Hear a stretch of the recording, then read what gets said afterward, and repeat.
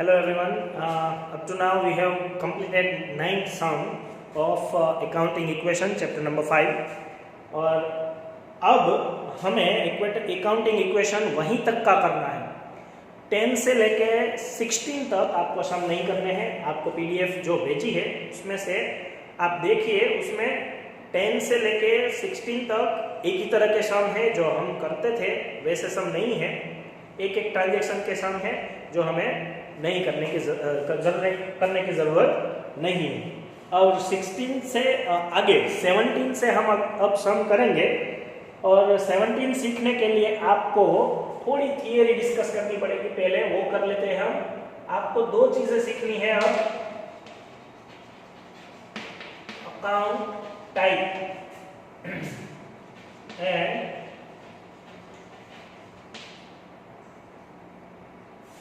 Rules of account.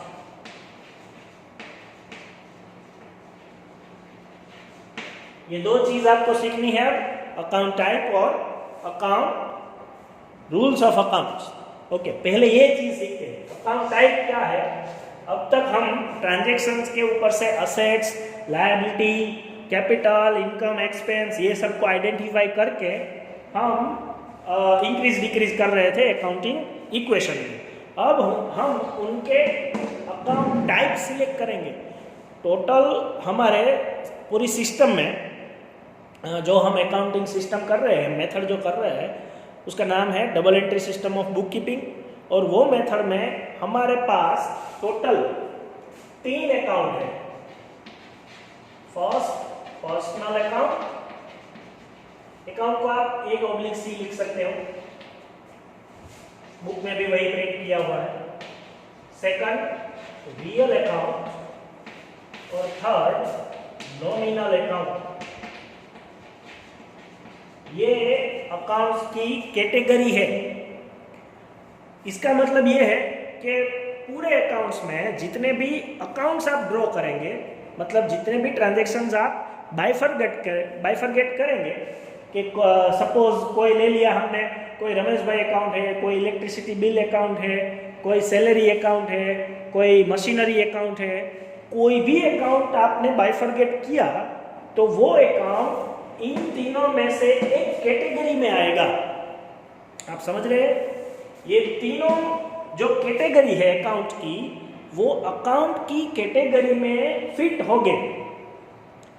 कोई भी accounts आप ले लो, कोई भी ट्रांजैक्शन में से एग्जिट करेगा कोई भी अकाउंट, तो वो इन तीनों में से एक अकाउंट की कैटेगरी में आएगा। तो हमें पहले क्या सीखना पड़ेगा कि इन तीनों में से कौन से अकाउंट में कौन से अकाउंट आएंगे। कि पर्सनल अकाउंट में कौन से अकाउंट इन्वॉल्व होते हैं, रियल अकाउंट में कौन से अकाउंट्स आते हैं, नॉमिनल अकाउंट में कौन से अकाउंट आते हैं। ये 3 चीजें आप सीख लो तो आप कोई भी अकाउंट ले लो, उसको आप बाइफरगेट कर सकते हो। हमें 17 से वही चीज सीखनी है कि कौन सा अकाउंट कौन सी कैटेगरी में आता है, क्योंकि इसके बाद जो रूल्स है अकाउंट के, वो रूल्स इसके ऊपर डिपेंड करेंगे कि पर्सनल अकाउंट का रूल आएगा, रियल अकाउंट का रूल आएगा और नॉमिनल अकाउंट का रूल आएगा। तो उसके लिए आपको रूल्स अप्लाई करने के लिए पहले आपको क्या सीखना पड़ेगा कि ये जो अकाउंट है वो कौन सी कैटेगरी में आता है, पर्सनल, रियल या नॉमिनल में। ओके, तो पहले ये डिस्कस करते हैं कि कौन से अकाउंट पर्सनल अकाउंट में आते हैं। पर्सनल अकाउंट, ये सारे जो अकाउंट्स हैं उसके लिए आपको 2 चीजें याद रखनी है। सब अकाउंट्स में आपको 2 कैटेगरी याद रखनी है। तो ये पर्सनल अकाउंट में फर्स्ट, लाइव पर्सन। क्या याद रखना है आपको?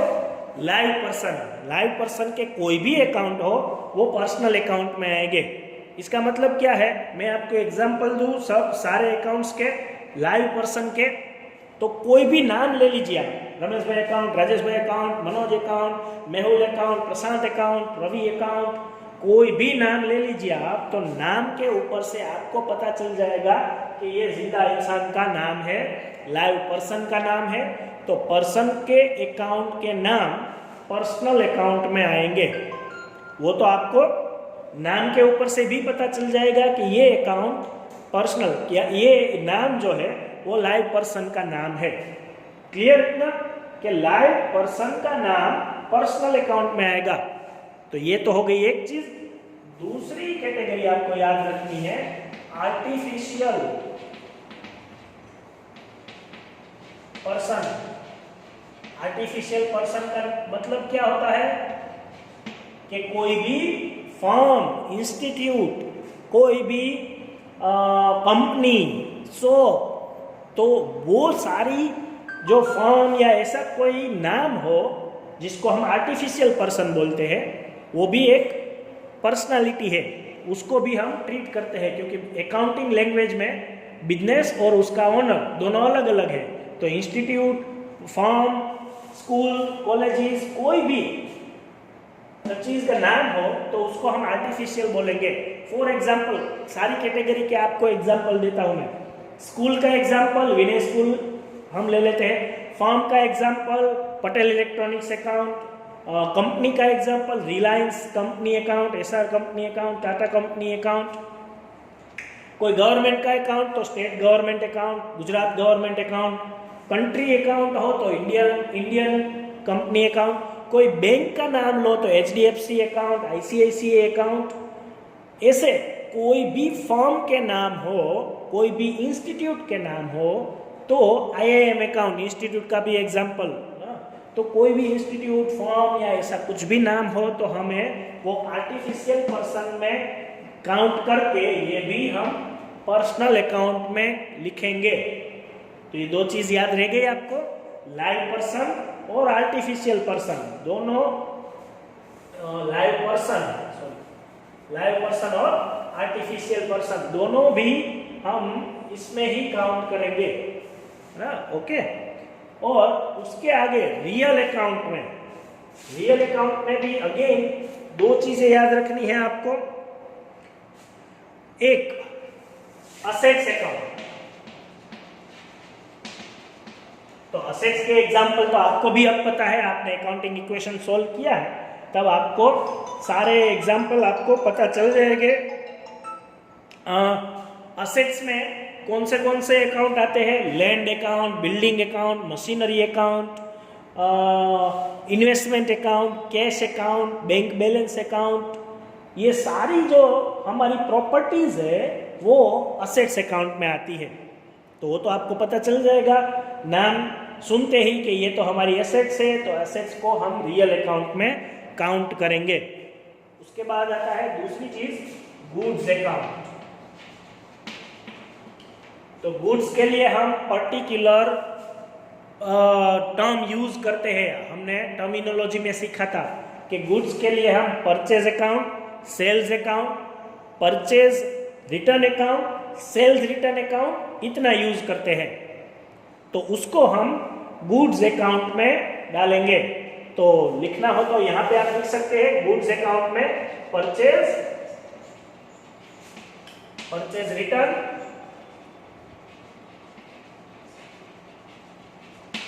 सेल्स और सेल्स रिटर्न, इतने अकाउंट गुड्स के हैं।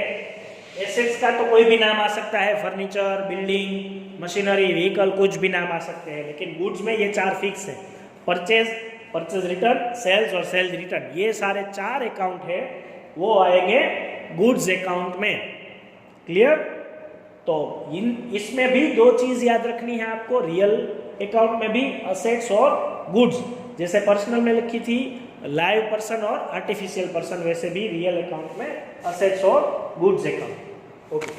फिर नॉमिनल अकाउंट। नॉमिनल अकाउंट में अगेन दो चीज याद रखनी है आपको, एक एक्सपेंसेस और लॉस, दूसरा इनकम और गेन या फिर प्रॉफिट बोल दीजिए, प्रॉफिट, गेन या फिर इनकम, कोई भी। ओके, ये डिस्कस करते हैं। एक्सपेंस या लॉस, क्या हुआ उसका? एक्सपेंस या लॉस मतलब कोई भी एक्सपेंस का नाम ले लीजिए आप, salary, paid account, rent paid account, discount given account, electricity bill account, audit fees account, sundry expense account, shop expense account. कोई भी एक्सपेंस अगर आप पे करते हो तो वो एक्सपेंसेस नॉमिनल अकाउंट में आएगा। क्लियर? और ऑब्लिक करके लॉस भी लिखा है तो लॉस अलग अकाउंट बनेगा कि loss by fire account, loss by accident account, loss by flood account, कोई भी loss by sale of assets account, कोई भी लॉस हो तो वो लॉस भी नॉमिनल अकाउंट में आएगा। मैंने बेड डेट्स, डेप्रिसिएशन वो टर्म्स भी डिस्कस की थी फर्स्ट लेक्चर में हमारे। तो बेड डेट्स भी हमारा लॉस है, नॉमिनल अकाउंट में आएगा। डेप्रिसिएशन भी हमारा लॉस है, वो भी नॉमिनल में आएगा। तो ये एक्सपेंसेस हो या लॉस हो नॉमिनल अकाउंट में आएगा।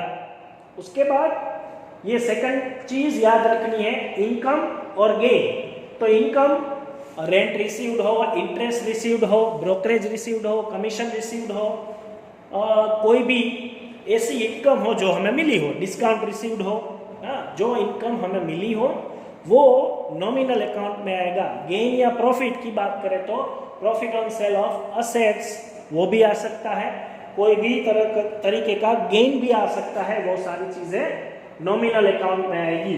तो आपने देखा सब कैटेगरी में दो चीजें याद रखनी है, live person, artificial person, real में एसेट्स और गुड्स अकाउंट, गुड्स में ये चार, नॉमिनल में एक्सपेंसेस और इनकम। इसके अलावा जो भी एक्सेप्शनल केस है वो भी मैं आपको लिख देता हूं कि ये चीजें इसमें याद रखनी है जो कि आपको डायरेक्टली आइडेंटिफाई करने में थोड़ी दिक्कत होगी। तो इसमें पर्सनल में लाइव या आर्टिफिशियल दोनों आएगा, लेकिन उसके अलावा एक अकाउंट है कैपिटल अकाउंट और drawings account. Capital account and drawings account, ये दोनों नाम के ऊपर से आपको पता नहीं चलेगा, क्योंकि कैपिटल किसको मानेंगे आप, live person, artificial assets, real assets, goods, expense, income, क्या मानेंगे आप? तो कैपिटल जो है वो प्रोप्राइटर का अकाउंट है। हम किसी भी प्रोप्राइटर का नाम उसकी ही बुक में लिखते नहीं है। अकाउंट का ये रूल है कि अगर प्रोप्राइटर राजेश भाई हो तो राजेश भाई के खुद की बुक में राजेश भाई अकाउंट आएगा ही नहीं कहीं भी, उसके बदले ये दोनों नाम आएंगे। अगर वो इन्वेस्ट कर रहा है तो कैपिटल अकाउंट होगा, अगर वो विड्रॉ कर रहा है तो ड्राइंग्स अकाउंट होगा। तो ये दोनों प्रोप्राइटर के ही अकाउंट है, तो इसको किस में डालना है, पर्सनल अकाउंट में। ये दोनों में नहीं आएगा, लेकिन ये एक्सेप्शनल केस है। ऐसे ही एक और एक्सेप्शनल केस है कि लायबिलिटी को आप हमेशा पर्सनल में लोगे और रिसीवेबल को हमेशा असेट्स में लोगे। रिसीवेबल अकाउंट मतलब कोई भी इनकम हमें रिसीव करनी बाकी हो, एक्रूड इनकम, जो अभी भी income yet to be receive है, और लायबिलिटी हमें पे करनी बाकी हो तो expenses yet to be paid, amount yet to be paid. Liability को पर्सनल में गिनना है, रिसीवेबल को रियल में गिनना है।